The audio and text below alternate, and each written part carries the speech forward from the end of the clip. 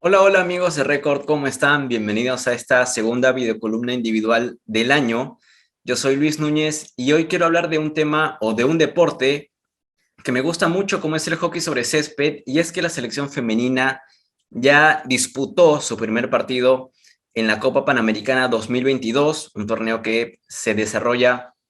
en Santiago de Chile y que, por cierto, otorgará cupos al Mundial del próximo año en la India,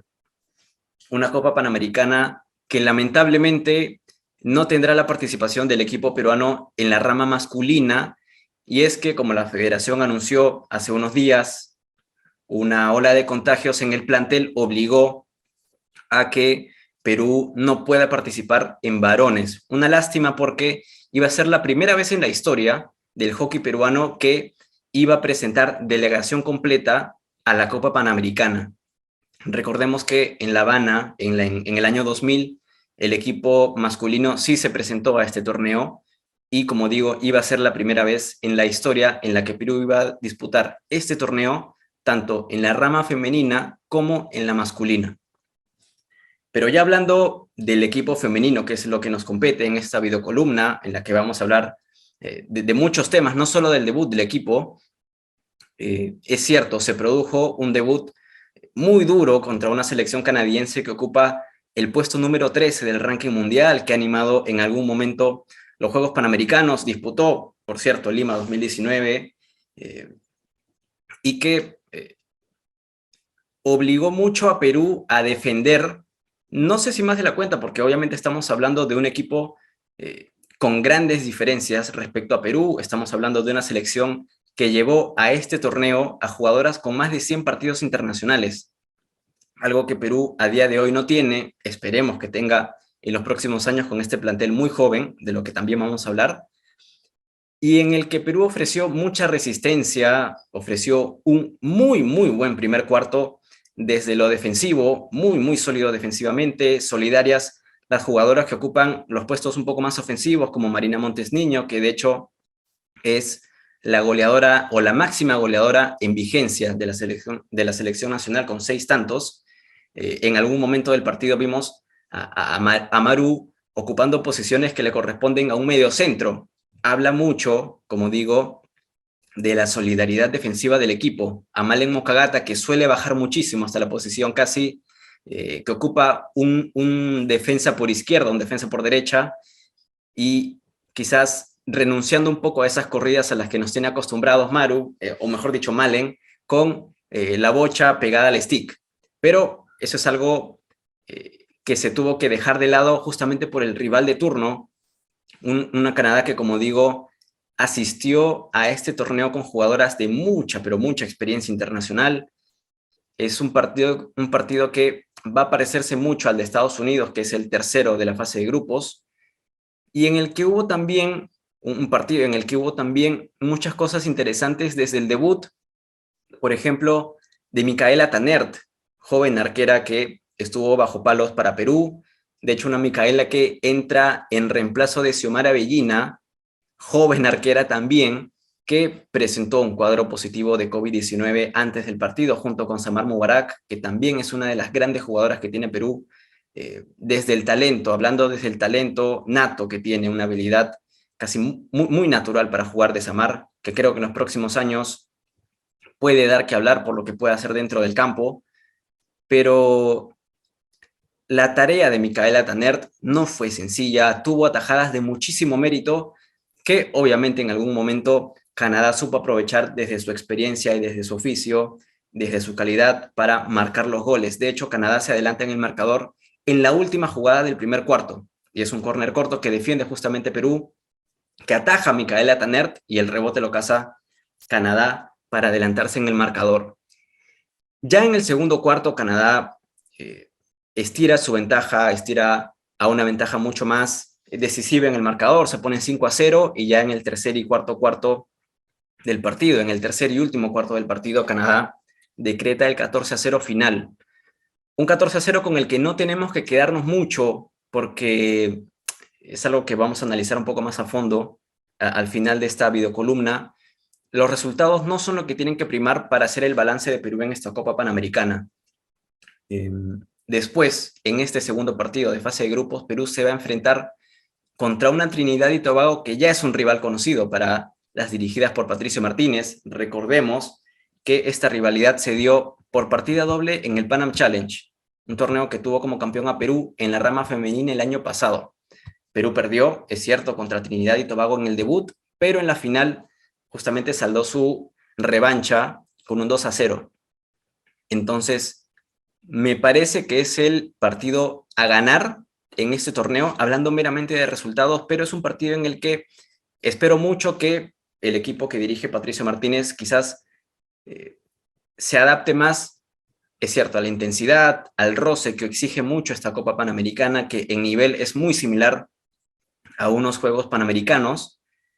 y que desde el ofensivo pueda jugar un partido mucho más suelto, algo que los otros rivales a los que se va a medir en este torneo obviamente no le van a dejar.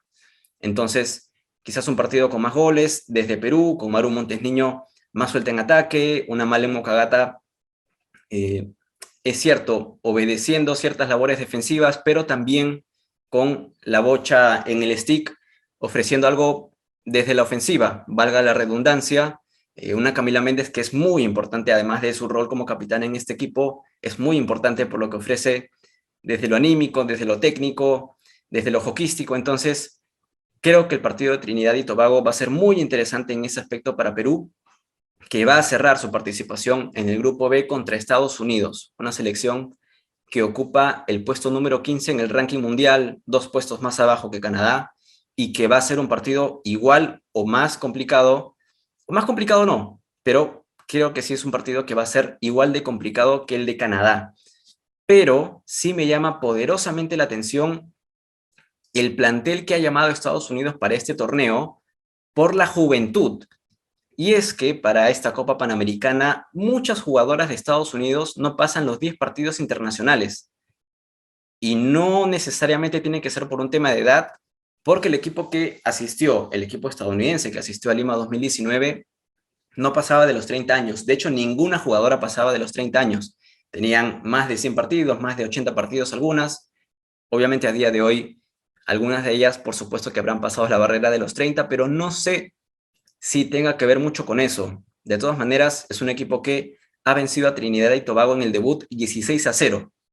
y se coloca como líder justamente de este grupo B, y que por eso creo que va a ofrecer un partido muy difícil para Perú.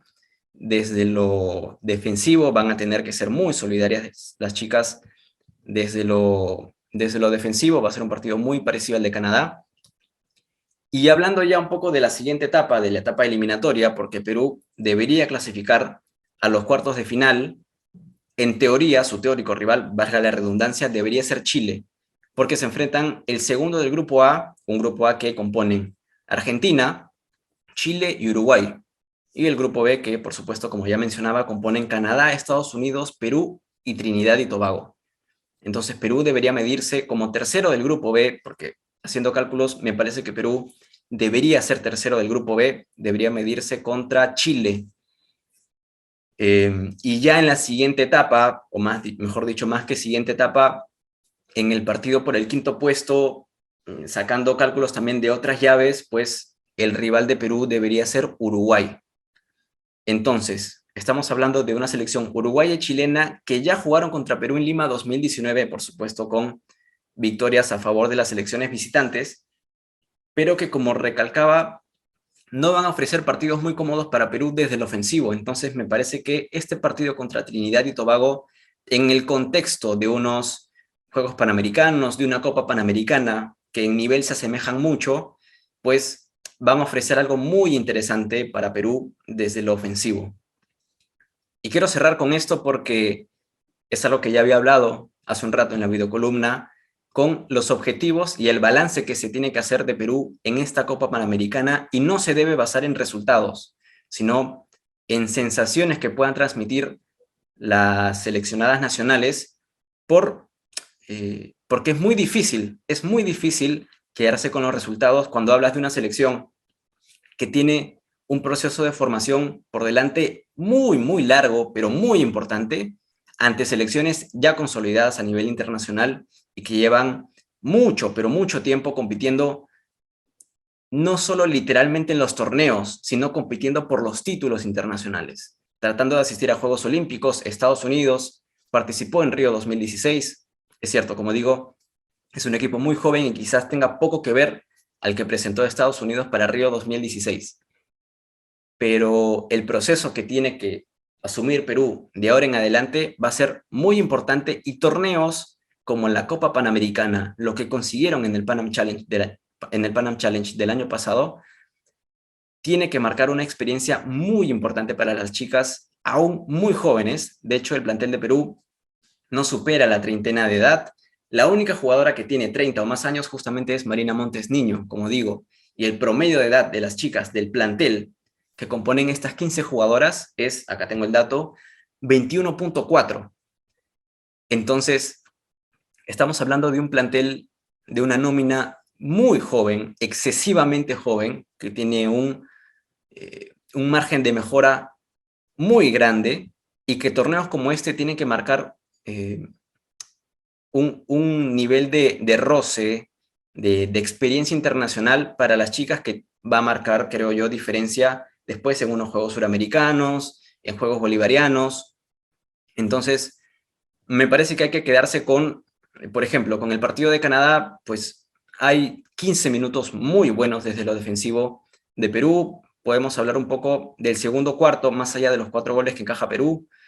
Y así hay momentos de partidos, quizás hablando de Lima 2019, un torneo que ya nos queda un poco más lejos, pero el equipo femenino sí compitió a muy buen nivel en distintas fases del torneo, en distintas fases de los partidos. Entonces, creo que esa es la lectura que hay que tener para esta Copa Panamericana con la selección femenina. No se le va a exigir un título, de hecho, me parecería irracional. En algún momento leía en un medio que la selección iba por el oro, algo que nos gustaría tener esa ilusión de aquí a unos años, pero pues hay que respetar procesos, y uno de ellos supone que la selección aún está en preparación, sobre todo a nivel internacional. Así que, de todas maneras, el andar de la selección femenina lo van a encontrar, por supuesto, en Diario Récord. De hecho, mañana juega la selección femenina contra Trinidad y Tobago, así que, por supuesto, que vamos a estar informando sobre el resultado y el rendimiento de las chicas en Diario Récord. Así que pueden seguirnos a través de todas nuestras redes sociales, porque estamos en Facebook, Twitter e Instagram, así como en la página web www.diariorecord.pe. Pueden seguirnos para encontrar esta y otras informaciones del deporte peruano, y ya nos vemos en una próxima ocasión.